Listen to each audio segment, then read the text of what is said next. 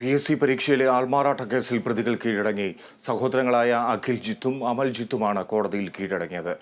വിവരങ്ങളുമായി കമലേഷ് തെക്കേക്കാട് ചേരുന്നു. കമലേഷ്, കേസിലെ PSC ആൾമാറാട്ട കേസ് ഇപ്പോൾ പ്രതികൾ കീഴടങ്ങിയിരിക്കുന്നു. എങ്ങനെയായിരുന്നു ഇവരുടെ കീഴടങ്ങൽ? ഫിജി പ്രതികൾ രണ്ടുപേരും, അതായത് അമൽജിത്ത്, നേമ സ്വദേശികളായ അമൽജിത്ത്, അതുപോലെ തന്നെ സഹോദരൻ അഖിൽജിത്ത്, ഈ രണ്ടുപേരുമാണ് ഇപ്പോൾ കോടതിയിൽ, വഞ്ചിയൂർ കോടതിയിൽ കീഴടങ്ങിയിട്ടുള്ളത്. കഴിഞ്ഞ ദിവസങ്ങളിലടക്കം വലിയ തരത്തിലുള്ള തെരച്ചിൽ ഈ പ്രതികൾക്ക് വേണ്ടി പോലീസ് നടത്തിയിരുന്നു. ഇവരുടെ വീടുകളിലടക്കം പരിശോധന ശക്തമാക്കിയിരുന്നു. ഇതോടനുബന്ധിച്ച് ഇതിന് പിന്നാലെയാണ് ഈ പ്രതികളുടെ കീഴടങ്ങൽ എന്നാണ് മനസ്സിലാക്കാൻ കഴിയുന്നത്. ഏതായാലും വലിയ തരത്തിലുള്ള ഒരു ആൾമാറാട്ടത്തിന്റെ കഥകളാണ് ഇതിന്റെ ഭാഗമായി പുറത്തേക്ക് വരുന്നത് എന്നാണ് പ്രധാനപ്പെട്ട ഒരു കാര്യം.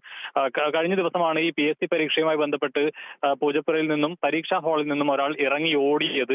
ഇത് പിന്നീട് പരിശോധിച്ചപ്പോൾ അമൽജിത്ത് എന്നയാളാണ്, നേമ സ്വദേശിയായ അമൽജിത്ത് എന്നയാളാണ് പരീക്ഷ എഴുതേണ്ടിയിരുന്നത്.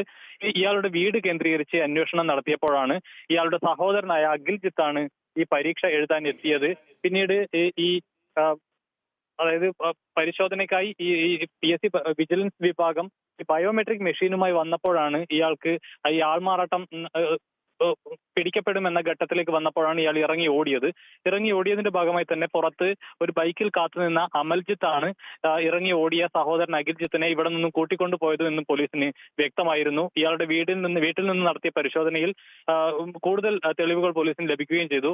ഇതിൽ ഈ അഖിൽജിത്ത് നേരത്തെ തന്നെ 2 പരീക്ഷകളിൽ പാസ്സായിട്ടുള്ള ഒരാളാണ്. അതായത് എക്സൈസിന്റെയും നേരത്തെ പോലീസിന്റെയും പരീക്ഷകളിൽ റിട്ടേൺ എക്സാം പാസ്സായ ഒരാളാണ്. പക്ഷേ ഫിസിക്കൽ ടെസ്റ്റിൽ ഇയാൾ പുറത്താവുകയായിരുന്നു.